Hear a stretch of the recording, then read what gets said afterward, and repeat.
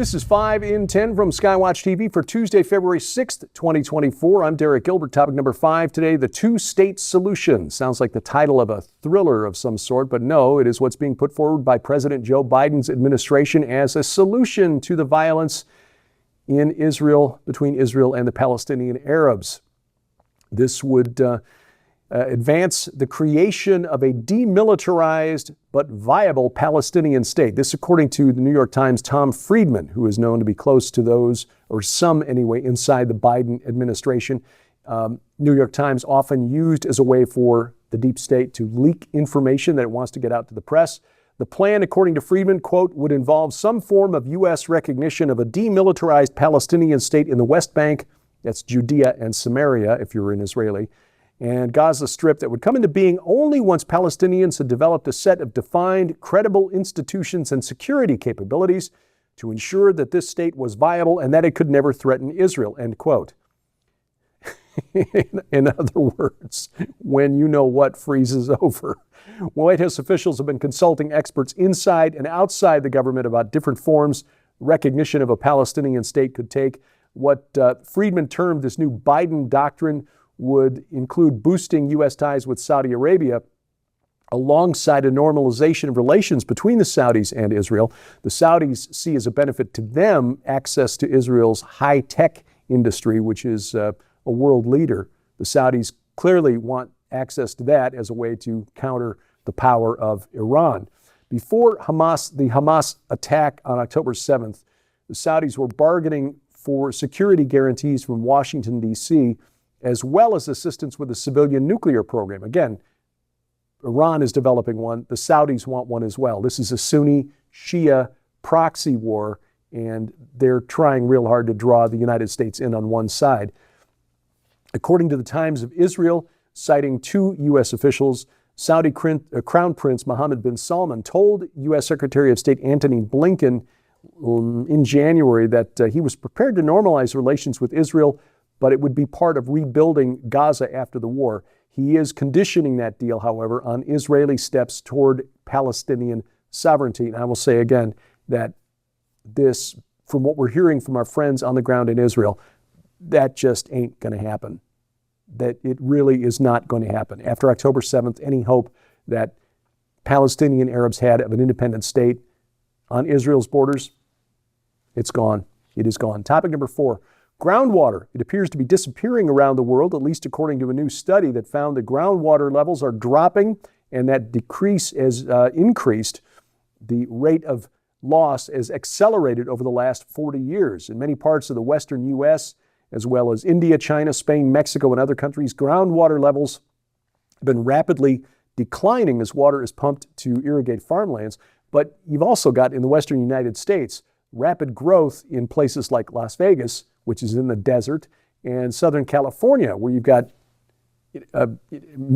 hundreds of thousands, if not millions, of illegal citizens coming in and putting greater strain on the available water. Now, as we're saying this, what do they call an atmospheric river is parked over Southern California, which is going to lead to some life-threatening flooding there, but they don't have the basins to catch and hold the water in reservoirs, sadly. The irony to all this is that as we keep hearing with climate change, seawater levels are supposed to rise. Maybe the solution to both problems is start taking the seawater and desalinating it and pumping it inland. Anyway, this research was published last week in the peer-reviewed journal called Nature. Scientists analyzed water level measurements from wells in areas with available data. That's a key phrase, areas with available data. When you look at the map that accompanied the article, big parts of planet Earth not covered by the survey. So it is rather selective in the areas that have been surveyed. Now, it doesn't change the fact that California's Central Valley, the southern and central high plains here inside the United States, we are seeing the ground level depleted through farming and, again, through supporting a rapid influx of new residents. But again, I say, if the oceans are rising, let's start pumping some of that water through desalination plants and using that. Topic number 3, the 1%. Why are we seeing such a conflict in our culture over the direction that it should take.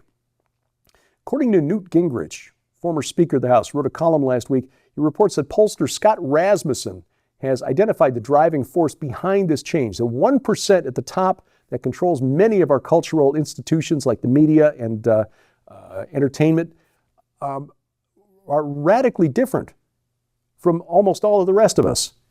Rasmussen, who is a pollster, noticed an anomaly. Out about every 1,000 or so respondents, there would be 3 or 4 who were way more radical than everybody else. And after several months of noticing this, they decided to collate like 24 surveys and then try to make some sense out of the data. They found that these people typically have graduate degrees, family incomes of above $150,000 a year, and live in big cities.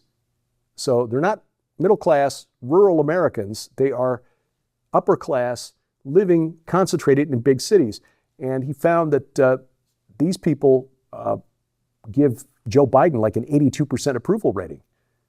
For the most part, they are young, about 2/3 of them between 35 and 54 years old, 86% white, almost half of them favor Sanders-like policies. In other words, socialism. And of course, they are overwhelmingly Democrat, about 73%. While 57% of all Americans say there's not enough individual freedom, this group, this 1%, highly educated, high earners living in cities, they say there's too much.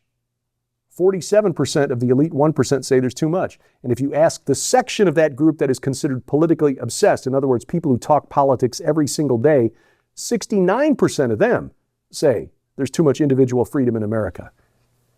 This begins to explain a lot. According to Rasmussen, the most radical of this elite 1% were educated at schools like Harvard, Yale, Penn, Northwestern, Johns Hopkins, Columbia, Stanford, Cal Berkeley, Princeton, Cornell, MIT, and the University of Chicago.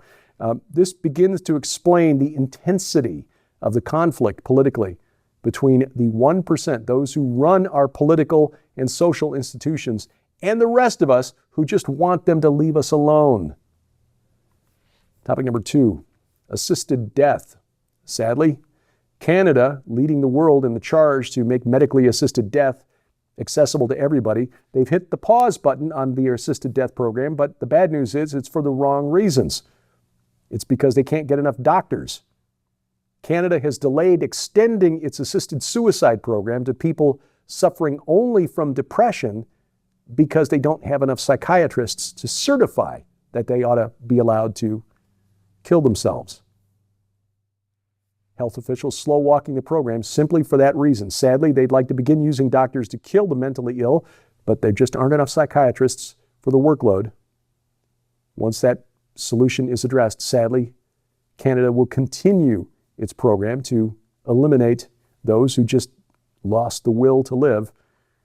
According to the most recent statistics, some 4% of the deaths in Canada in the most recent year for which there are statistics killed by the Canadian government. Coming up, an epic fail from Nikki Haley's social media team. That's next on 5 and 10. Ladies and gentlemen, I want to make you aware of an opportunity to get 3 DVDs right now in the brand new Silent Pandemic collection. Now, this collection includes 3 DVDs. So let's back up just for a second.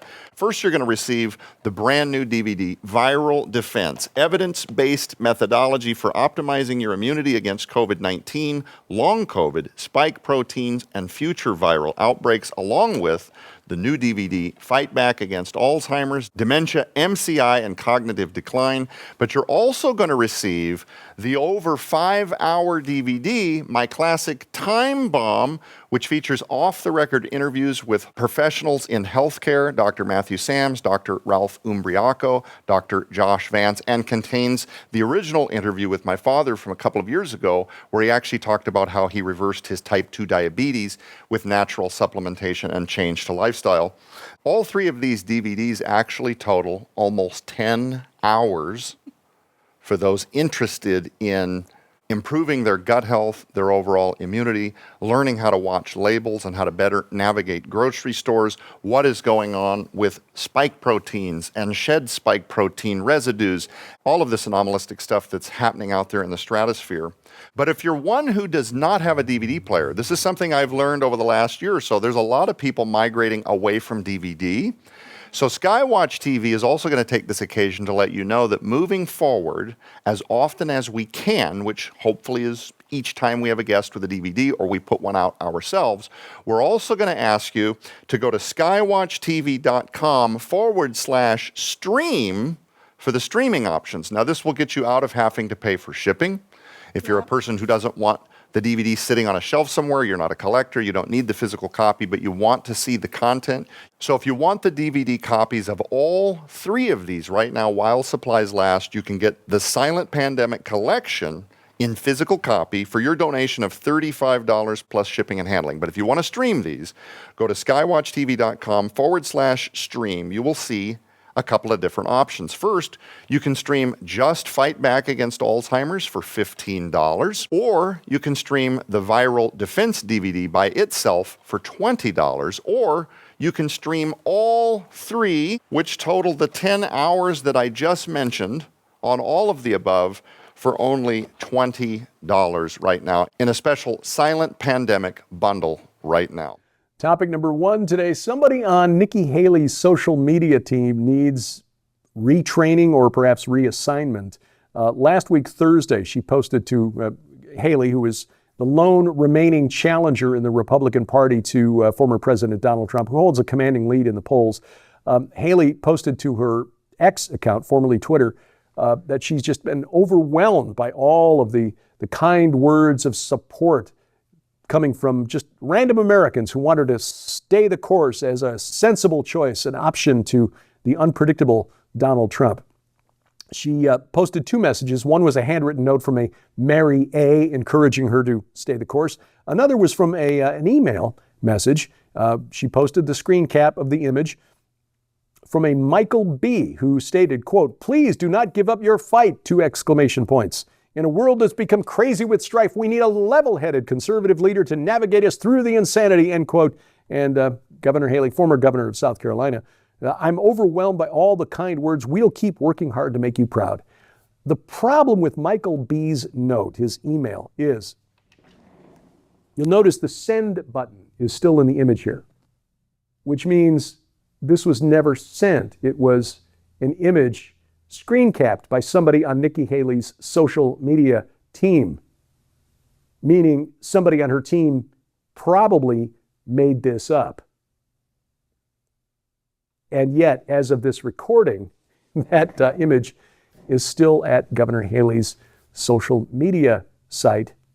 Somebody on the team should have deleted this because the internet paying close attention.